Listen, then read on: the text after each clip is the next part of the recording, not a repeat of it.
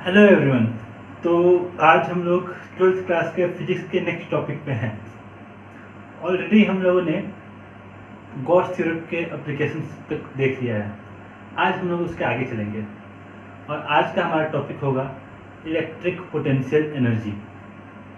Basically हम लोग आज इलेक्ट्रिक पोटेंशियल एनर्जी को कवर करेंगे डिटेल में। उसके बाद नेक्स्ट टॉपिक में हम लोग चलेंगे इलेक्ट्रिक पोटेंशियल में। तो चलिए आज देखते हैं हम लोग इलेक्ट्रिक पोटेंशियल एनर्जी के बारे में, क्या होता है electric potential energy. So the topic is today's topic is electric potential energy.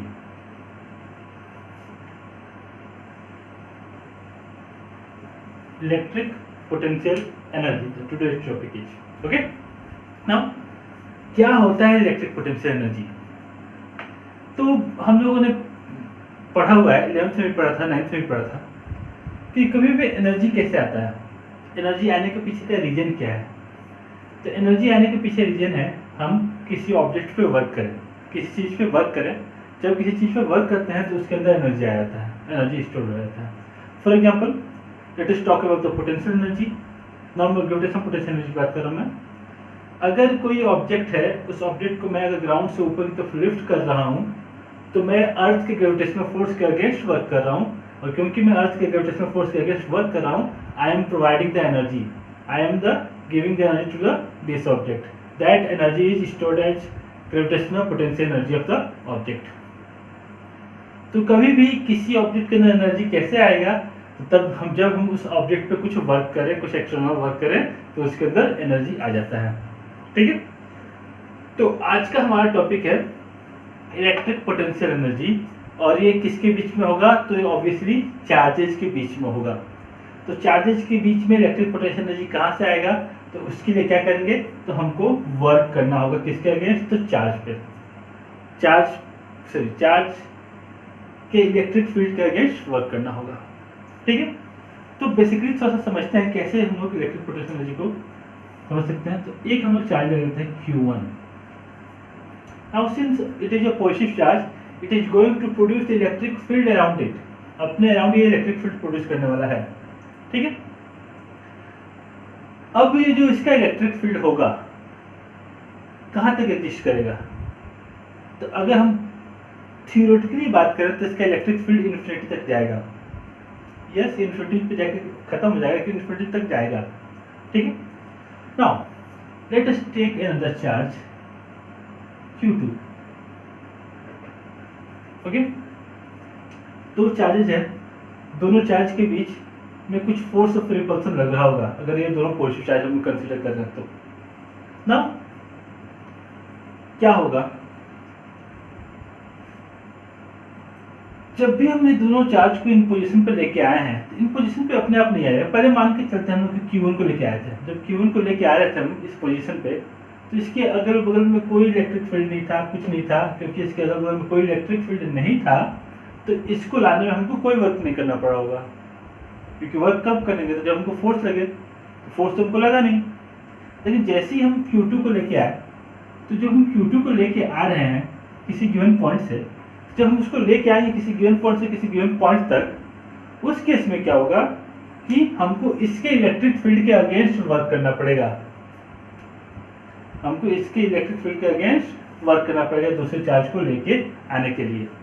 और जो हम ये वर्क करने वाले हैं इसके अगेंस्ट, जो हमें वर्क करेंगे इसके इलेक्ट्रिक फील्ड के अगेंस्ट दूसरे चार्ज को ले आने के लिए इसके रिस्पेक्टिव पोजीशन पे, ये जो हमारा वर्क डन होगा, ये वर्क डन क्या कहलाएगा? तो इलेक्ट्रोस्टैटिक पोटेंशियल एनर्जी और electric potential energy of the two charge system.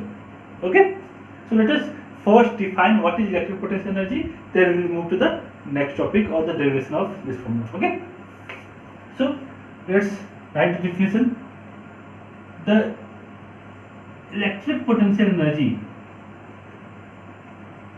the electric potential energy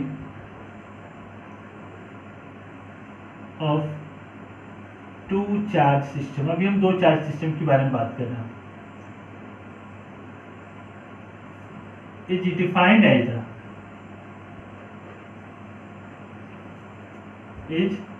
defined as the amount of work done is defined as the amount of work done to move the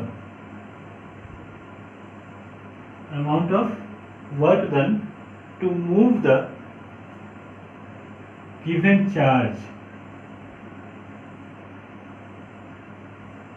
from infinity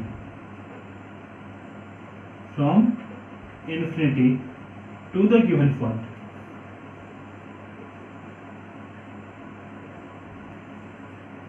From infinity to the given point without acceleration in the electric field of other charge.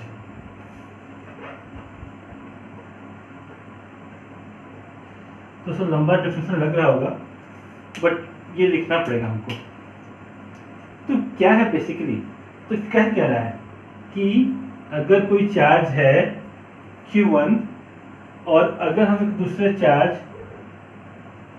Q2 को infinity से लेकर हम किसी given point पे लेके आ रहे हैं जो कि कितने डिस्टेंस पे है, तो r डिस्टेंस अवे है, तो ये जो हमारा वर्क डन होगा किसको, तो Q2 चार्ज को गिवन पॉइंट तक लाने के लिए किसके इलेक्ट्रिक फील्ड में, तो Q1 के इलेक्ट्रिक फील्ड में Q2 चार्ज को इन्फिनिटी से गिवन पॉइंट तक लाने के लिए जो अमाउंट ऑफ वर्क डन करना पड़ेगा, that amount of work done will be stored as the electric potential energy of the both two charge system। ये दोनों चार्ज के इलेक्ट्रिक पोटेंशियल एनर्जी हो रहा है, ये किसी एक चार्ज का इलेक्ट्रिक पोटेंशियल एनर्जी नहीं है, this is the electric potential energy of the two charge system.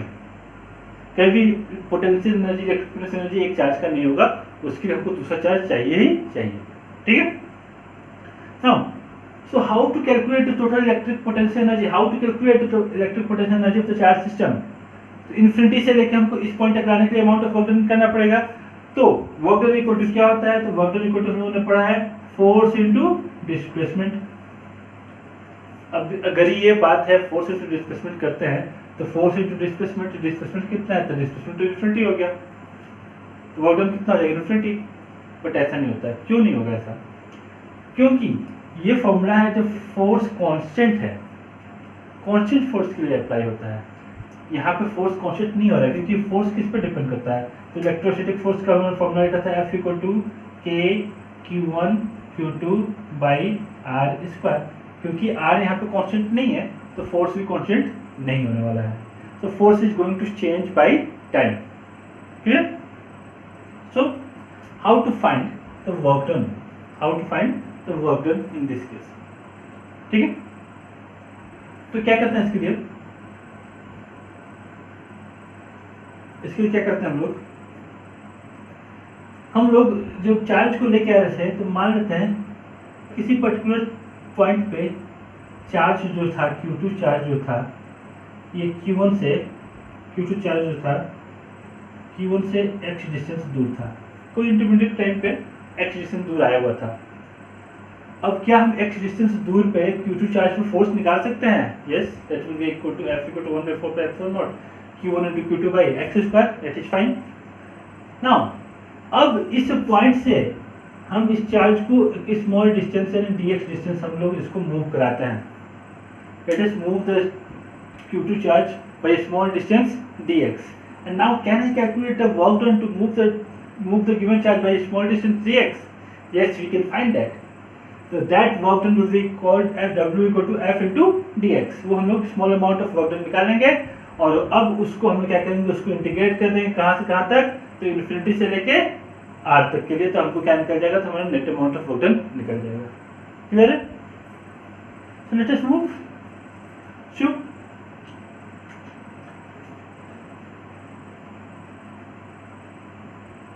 Eight any intermediate point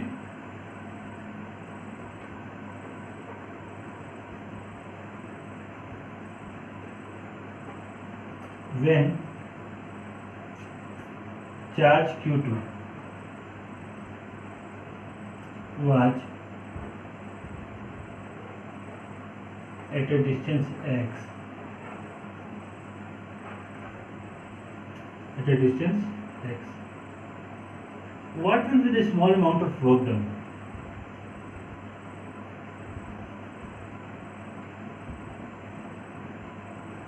What will be the small amount of work done to move the charge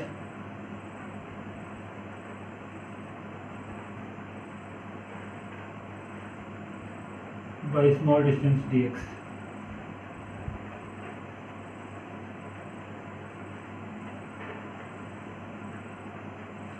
जब ये x distance पे था तो work done क्या होगा? हम इसको लिख सकते हैं dw is equal to f into dx.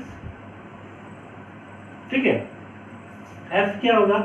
तो इस पॉइंट पे इसके बीच के डिस्टेंस कितने है? x. तो फोर्स कितना आ जाएगा? तो फोर्स हो जाएगा k q1 into q2 by x square. ठीक, into dx. That is the small amount of work done. Fine. Now, that is the small amount of work done dw. Now, if I have to find the net amount of work done, so how to find net amount of work done? तो हम लोग क्या करेंगे? तो simply इसको integrate कर देंगे. तो कहाँ से कहाँ तक इंटीग्रेट करें भाई हम? तो इसको इंटीग्रेट करेंगे इन्फिनिटी से लेके r डिस्टेंस तक के लिए. जब ये चार्ज इन्फिनिटी पे था तो वर्क डन कितना था? 0. और जब ये चार्ज गिवन पॉइंट पे आ गया तो वर्क डन कितना हो गया? w. Now if I can integrate this equation, I am going to get the net amount of work done. Okay, so I can write w is equal to k constant, q1 constant, q2 constant, integration of dx by x square, that will be from infinity to r. ठीक है. Now if I put the values, what I am going to get? So let's put the values. I can write this as k q1 into q2 integration of dx by x square equal to minus 1 by x, and the limit will be from infinity to r. I can take minus k q1 q2 limit. तो क्या होगा? 1 by r minus 1 by infinity minus k q1 q2 into 1 by r minus 1 by infinity का value क्या होगा? So the magnitude of the net amount of work done is equal to k q2 by r, k q1 q2 by r. That is the magnitude of net amount of work done. Or one magnitude, I am talking about magnitude. 1 before by epsilon naught q1 into q2 by r. That is the net amount of work done. तो जब हम एक charge को infinity से किसी given point तक लेके आ रहे होते हैं तो हमको वर्क डन कितना करना पड़ रहा है? हमको वर्क डन करना पड़ रहा है 1/4 pi epsilon naught q1 q2 by r. तो हम फ्लो में क्या था? फोर्स निकाल रहे थे, तो वहाँ पे था q1 q2 by 4 pi epsilon not r square. Here it is q1 q2 by 4 pi epsilon not r. Now, as we know, the electric potential energy of the system was defined as the net amount of work done to move a given charge from infinity to the given point without any acceleration in the electric field of the other charge. So the electric potential energy is equal to the amount of work done, and that will be equal to 1/4 pi epsilon naught into q1 into q2 by r. So that is the electric potential energy of the two charge system, and we can find the value is q1 into q2 by 4 pi epsilon naught r. ठीक है.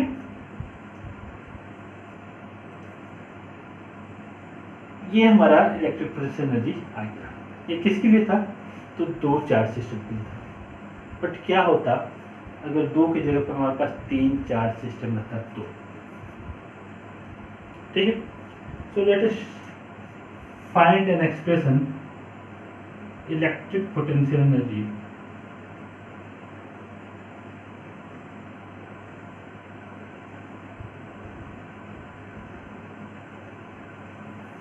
for a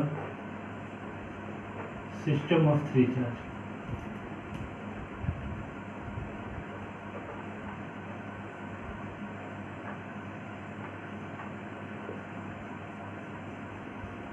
अगर हमारे पास 3 charge system रहता तो हमारा electric potential energy क्या होने वाला था, ये हमको फाइंड करना है।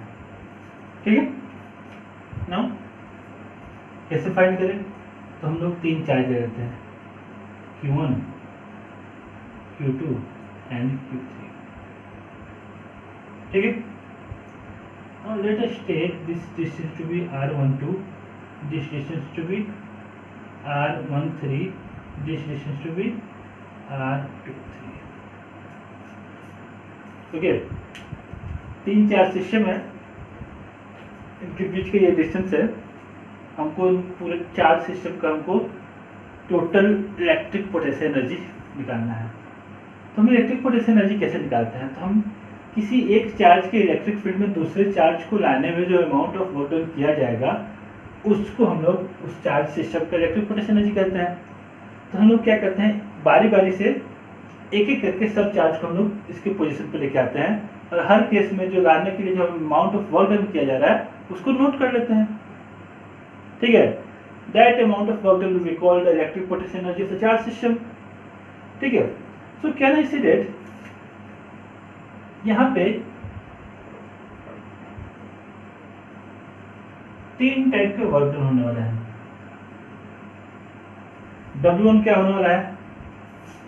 तो work done to bring charge Q1 to its respective position।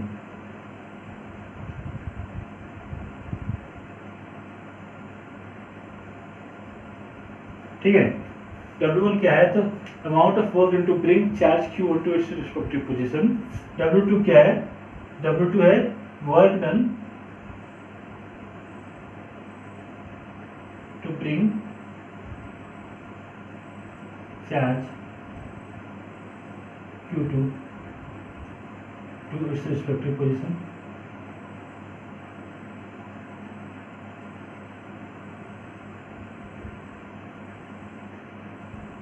And W3 क्या है? तो W3 है work done to bring charge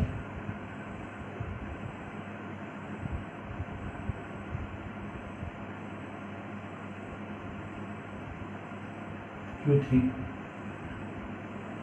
to its position।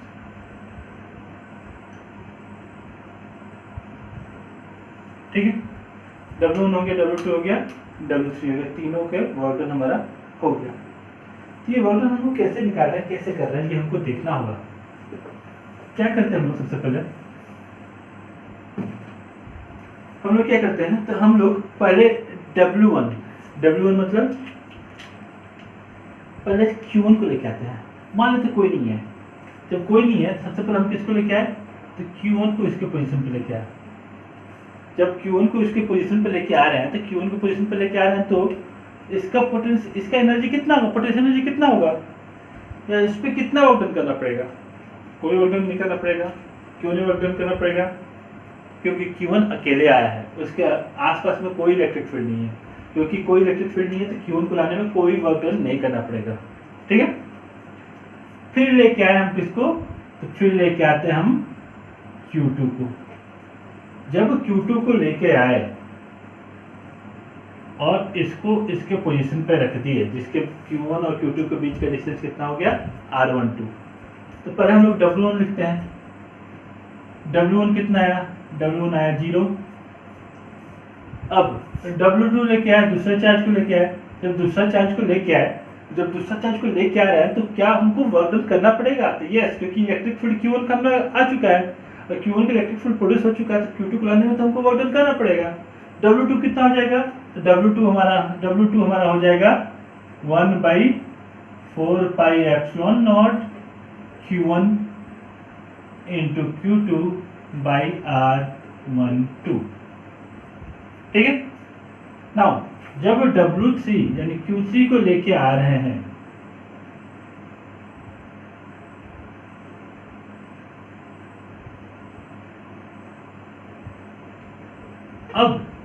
Q3 को लेके आने पे क्या हो रहा है, तो Q3 आ रहा है तो ऑलरेडी Q1 आ चुका है, ऑलरेडी Q2 आ चुका है, तो Q3 को Q1 के अगेंस्ट भी वर्क करना पड़ेगा, Q3 को Q2 के अगेंस्ट भी वर्क करना पड़ेगा, तो Q3 को Q1 और Q2 दोनों के अगेंस्ट वर्क करना पड़ेगा। तो जब Q3 को Q1 और Q2 को दोनों के अगेंस्ट वर्क करना पड़ा है तो हमारा नेट वर्क डन क्या हो जाएगा, नेट वर्क डन हो जाएगा हमारा 1/4 pi epsilon not into Q1 into Q3 by R13 plus 1/4 pi epsilon not into Q2 into Q3 by R23. That is the net amount of work done, W3. Fine. Now, हम potential energy कैसे निकालते थे system का, total amount of work done to bring all the charges to its respective position. So net W is equal to W1 plus W2 plus W3. W1 कितना हो गया 0, W2 कितना हो गया, तो Q1 into Q2 by 4 pi epsilon not into R12 और Q3 क्या हो जाएगा, तो Q1 into Q3 by 4 pi epsilon not R13 plus Q2 into Q3 by 4 pi epsilon not R23। ठीक है। Now I can take 1/4 pi epsilon naught as common, so I can the value will reduce to Q1 into Q2 by R12 plus Q1 into Q3 by R13 plus Q2 into Q3 by R23. That is the net amount of work done, and that total amount of work done will be stored as the electric potential energy of the given three charge system.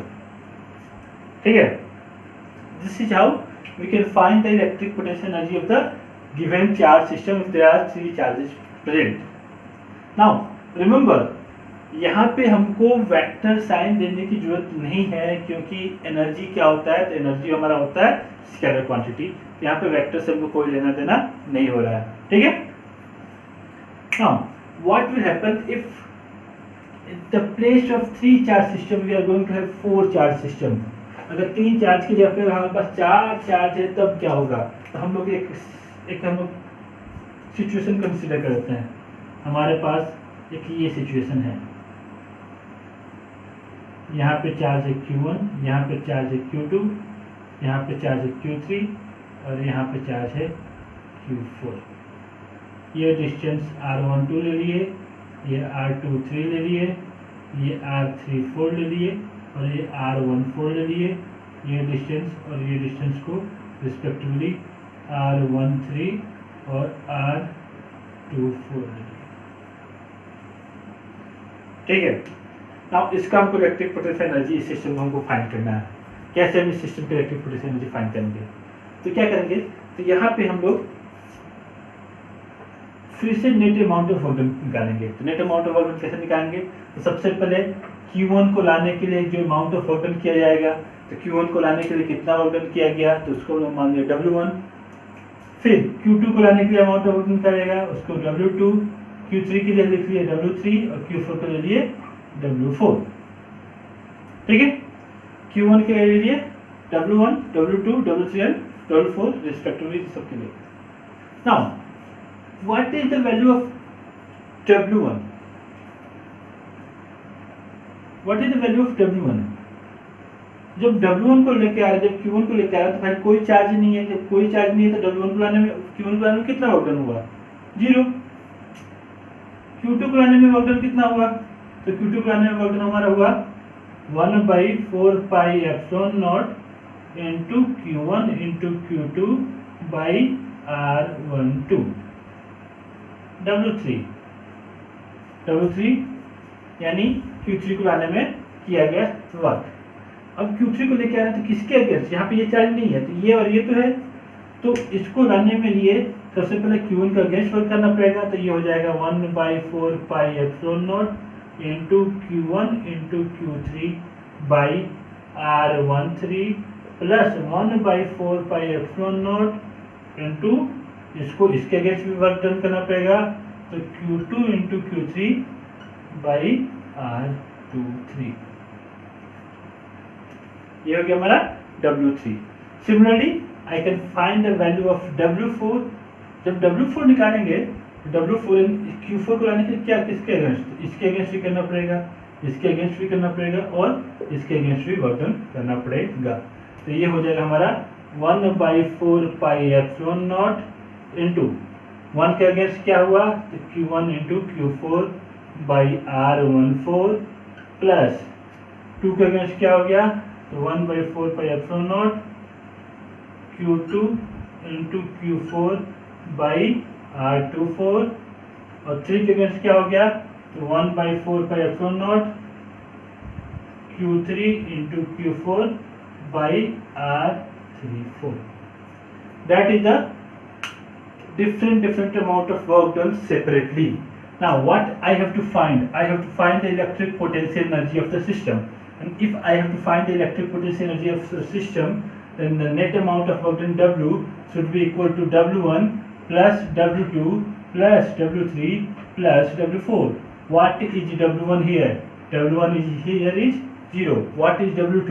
W2 is Q1 into Q2 by 4 pi epsilon naught R12 plus W3। W3 क्या हो जाएगा तो Q1 into Q3 by 4 pi epsilon naught R13। ठीक है, ये हमारा हो गया।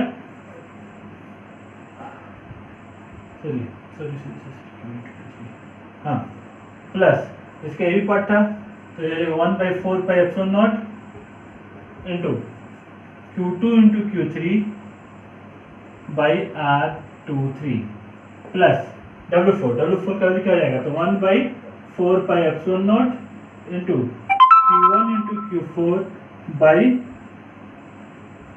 R14 plus 1/4 pi epsilon not Q2 into Q4 by R24 plus 1/4 by epsilon naught Q3 into Q4 by R34. That is the net amount of work done. Now, if I have to find the total amount of work done, that will be stored as a gravitational, that will be electric potential energy of the system. So U equal to W equal to 1/4 pi epsilon naught 1/4 pi epsilon naught Q1 into Q2 by R12 plus Q1 into Q3 by R13 plus Q2 into Q3 by R23 plus Q1 into Q4 by R14 plus Q2 into Q4 by R24 plus Q3 into Q4 by R34।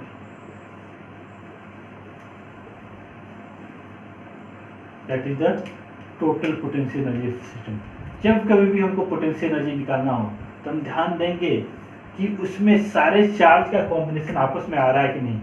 Q1 का Q2 के साथ, Q1 का Q3 के साथ, Q1 का Q4 के साथ, Q1 एक का आ गया, फिर Q2 का सबके साथ, Q3 का सबके साथ, इस तरह से सारे का चार्ज का कॉम्बिनेशन सभी के साथ निकालेंगे। That means we are going to take combination of n objects taking 2 at a time, NC2 कितने भी रहेंगे। अब हमारे पास यहाँ पे कितने चार्ज थे तो हमारे पास 4 चार्ज थे, जो कॉम्बिनेशन कितने के साथ लेना था 2 के साथ लेना, एक साथ 2 चार्ज लेना था, इसलिए जगह 4C2 तो 4 into 3 by 2 into 1 that is equal to total 6। Total हमारे पास 6 कॉम्बिनेशन बने होंगे 1 2 3 4 5 6। So this is how we can find the electric potential energy of the given charge system। ठीक है। Now the numericals will be solved on this topic but in the later classes। अभी के लिए हमारा ये topic complete हो गया। अब हम नेक्स्ट क्लास में हम लोग स्टार्ट करेंगे इलेक्ट्रिक पोटेंशियल। तो electric potential is almost similar to the electric potential energy, बस वहाँ पे क्या होगा तो एक चार्ज वहाँ से गायब हो जाने वाला है। ठीक है, फॉर्मूला सेम रहने वाला है। ठीक है, so in the next class we are going to see electric potential of the given charge at the given point. ठीक है, टिल देन गुड नाइट।